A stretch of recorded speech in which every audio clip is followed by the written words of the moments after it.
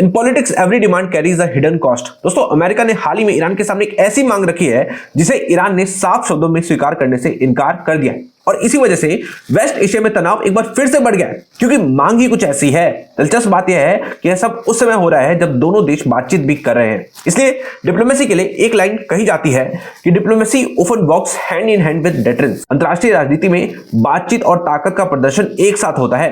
आपको याद होगा, ये देखो यहाँ पे ईरान और यूएसए की इनडायरेक्ट टॉक्स हुई थी ओमान में, लेकिन उसी के साथ सैन्य गतिविधियां भी तेज हो रही हैं। अरेबियन सी में अमेरिकी एयरक्राफ्ट कैरियर पहुंच चुके हैं और रीजन में फाइटर जेट्स तैनात किए जा रहे हैं और लगातार शक्ति प्रदर्शन किया जा रहा है, खासकर अमेरिका की तरफ से। अब सवाल यह है कि आखिर वह मांग क्या है जिसे लेकर इतना तनाव पैदा हो गया। दोस्तों पूरी वीडियो को ध्यान से देखते रहना क्योंकि आज मैं बताने वाला हूं कि वह कौन सी मांग है जिसे सुनकर शायद ईरान ही नहीं कोई भी देश सीधे सीधे मना कर देता। और मना करने की वजह भी मैं आपको समझाने वाला हूं क्योंकि ईरान के मना करने की वजह से ही आज अमेरिका को अपना सबसे ताकतवर नेवल एसेट अरेबियन सी में भेजना पड़ा है। दोस्तों मेरा नाम आशुतोष, आप देख रहे हैं द ग्लोबल रिपोर्ट। दोस्तों खबर यह है कि अमेरिका ने अरेबियन सी में अपना USS Abraham Lincoln aircraft carrier strike group तैनात कर दिया है। अब आप देख सकते हो, ये देखो यहाँ पर अमेरिकी नेवल फ्लीट अरेबियन सी में मूव कर रही है और एक क्लियर सिग्नल दे रही है कि इस पूरे रीजन में तनाव बढ़ रहा है। और यही में देखो डोनाल्ड ट्रंप के दामाद, उनके सनी लॉ जैरेड कुशनर और मिडिल ईस्ट एनवॉय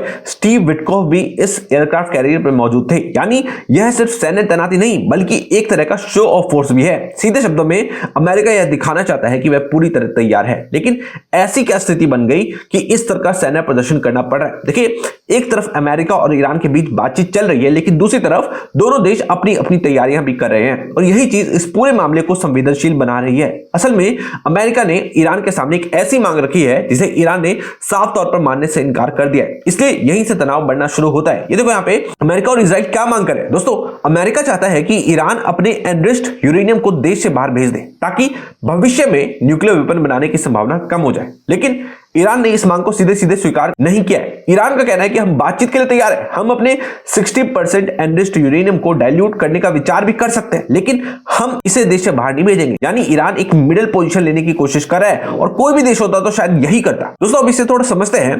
देखिए, ईरान के पास जो एनरिच्ड यूरेनियम है वह सिर्फ एक वैज्ञानिक या तकनीकी चीज नहीं है, यह उसकी स्ट्रेटेजिक लेवरेज है। अगर वह इसे बाहर भेज देता है तो बातचीत में उसकी ताकत कम हो जाएगी। आपको याद होगा हेनरी किसिंजर ने एक बार कहा था कि trust but verify and abandon leverage. यही वजह दोस्तों कि ईरान इसे अपने पास रखना चाहता है। दूसरी तरफ अमेरिका की चिंता भी समझिए। अमेरिका को लगता है कि अगर एनरिच्ड यूरेनियम कैपेबिलिटी ईरान में बनी रहती है तो भविष्य में भी न्यूक्लियर वेपन बनाने का खतरा हमेशा बना रहेगा और ईरान कभी भी फिर से न्यूक्लियर वेपन बना सकता है। इसलिए वह चाहता है कि ईरान की न्यूक्लियर कैपेबिलिटी परमानेंट रूप से खत्म हो जाए और यहीं से दोनों पक्षों की सोच अलग हो जाती है क्योंकि यहां पर हो क्या रहा है कि इजराइल और अमेरिका को ईरान पर भरोसा नहीं है और ईरान को भी अमेरिका और इजराइल पर भरोसा नहीं है, इसलिए बातचीत चलने के बावजूद तनाव कम नहीं हो रहा। अब एक बेसिक सवाल समझ लेते हैं कि यूरेनियम आखिर होता क्या है। दोस्तों सिंपल लैंग्वेज में बता रहा हूं, ध्यान से सुनना।